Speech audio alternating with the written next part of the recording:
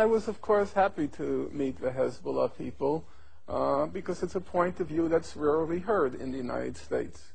And I have no problem saying that I do want to express solidarity with them. And I'm not going to be a coward and a hypocrite about it. I don't care about Hezbollah as a political organization. I don't know much about their politics. And anyhow, it's irrelevant. I don't live in Lebanon. It's a choice that the Lebanese have to make, who they want to be their leaders, who they want to represent them. But there is a fundamental principle. People have the right to defend their country from foreign occupiers. And people have the right to defend their country from invaders who are destroying their country. And that, to me, is a very basic, elementary, and uncomplicated question. My parents went through World War II. Now, Stalin's regime was not exactly a bed of roses. It was a ruthless and it was a brutal regime, and many people perished. But who didn't support the Soviet Union when they defeated the Nazis? Who didn't support the Red Army? And all the countries of Europe which were occupied, who gets all the honors? The resistance. The communist resistance, it was brutal. It was ruthless. The communists were not, it wasn't a bed of roses. But you respect them. You respect them because they resisted the foreign occupiers of their country. And if I'm going to honor the communists during World War II, even though I probably would not have done very well under their regimes, if I'm going to honor them, I'm going to honor the Hezbollah. They show courage, they show discipline. I respect that. هذا التوصيف صحيح، ولكن قبل سنة 2000 بعد 2000 صار في انسحاب إسرائيلي من منطقة الجنوب، صار في انقسام بداخل لبنان بين الأطراف السياسية اللبنانية حول موضوع مستقبل السلاح وموضوع المقاومة. يعني هذا الانقسام الذي حصل أنت هون عم تفوت طرف فيه، أنت عم تكون طرف. بالنهاية أنت عم تقول أنت عم تجي على لبنان زيارة، ولكن ما عم تشوف تداعيات اللي عم بيصير. بالنهاية تداعيات حرب تموز على الناس. Listen, if you want to close your eyes and believe it was all over in May 2000, you can do so. You can play that game. But the reality was, and everyone understood it, that the Israeli attitude was, we're going to knock out Hezbollah. And they began planning for a new war right after they were forced to leave in 2000. They found their excuse, their pretext, in July 2006. But there's no question among rational people that Israel was never going to let that victory go by, the Hezbollah victory go by. They were determined to teach كان يمكن تجنبه. يعني هون ممكن يقدر الطرف الآخر يقول لك ممكن تجنبه ما توقع بالفخ. It could not have been avoided. There is no way that the United States and Israel are going to tolerate any resistance in the Arab world. You want to pretend it can be avoided, you can play that game. But serious people, clear-headed people, knew there was going to be a war sooner or later. You think there's not going to be another war? You think Israel is going to allow that defeat in July 2006? You want to pretend it's Hezbollah that's causing the trouble?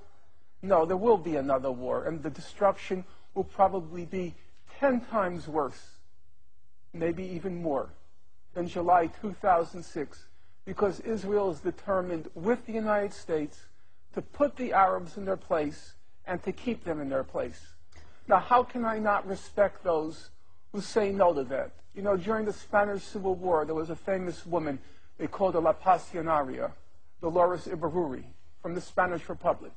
And she famously said, it's better to die in your feet than to walk crawling on your knees. ولكن هذا خيار الشعب اللبناني كله. يعني مش I totally agree. I'm not telling you what to do with your lives. I'm not telling you. And if you rather live crawling on your feet, I could respect that. I could respect that. People want to live. How can I deny you that right? But then how can I not respect those who say they'd rather die on their feet? How can I not respect that? Israel and the United States are attacking because they will not allow any military resistance to their control of the region. That's the problem. If Hezbollah laid down its arms and said, we will do whatever the Americans say, you wouldn't have a war, that's true. But you'd also be the slaves of the Americans. I have to respect those who refuse to be slaves. ما في غير طريقة واحدة اللي هي المقاومة العسكرية. I don't believe there's another way. I wish there were another way. Who wants war? Who wants destruction? Even Hitler didn't want war. He would much prefer to have accomplished his aims peacefully, if he could. So I'm not saying I want it, but I honestly don't see another way unless you choose to be their slaves. And many people here have chosen that. I can't really say I can understand it. You want to live. I can't really say I respect it. You know, so many dead, so much destruction, before the bodies are even buried, before the buildings are even rebuilt, the person who's responsible for it all, you can't wait to welcome him. You can't wait to roll out the red carpet. I can't respect that. In that respect, I like the Jews much more. I like their attitude. You know what the Jewish attitude is? Never to forgive, never to forget. And I agree with that. Why roll out the red carpet less than 2 years after your whole country was destroyed by them? The Secretary of State said it was the birth pangs of a new Middle East. That's the statement of a freak. A human freak would compare the birth of a child with the destruction of a country. And yet there are people here who are so anxious to welcome her. They're trying to figure out, what are the Americans thinking? They can't wait for their banquets. How can anyone respect that? I respect the Jews 1,000 times more. Never to forgive, never to forget. All the death and all the destruction. And you can't wait to welcome him. Norman. It's disgusting. Who the hell cares if Bush is coming? ولكن أنت عم بتقول إنه في حرب أخرى قادمة. You should have declared him persona non grata. He's not welcome here. He destroyed your country.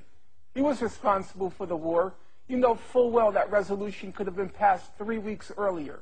He destroys your country, and you can't wait to greet him. You have no self-respect. How can you expect other people to respect Arabs if you show no respect for yourself? If the Lebanese people overwhelmingly vote to let the Americans and Israelis have their way, I guess you have to accept that. I could see that. And I couldn't possibly say that they don't have the right to make that choice. Listen, in Nazi-occupied Europe, you have to remember, most of the populations made the choice to live under the Nazis. All of this talk about a French resistance is just a joke. It never happened. The French resistance, about 20% of the French population read the resistance newspaper. There were maybe 10% of the French who resisted.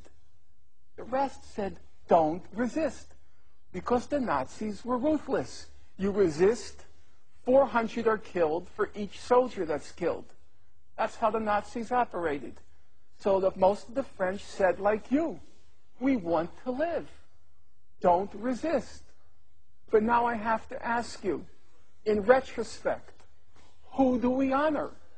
Do we honor those who say, let us live? Or do we honor those who said, let's resist? Leaders come last. There will be a leader who comes into power in Israel who is willing to make the concessions after the conditions have been created. Namely, Israel has to suffer a defeat.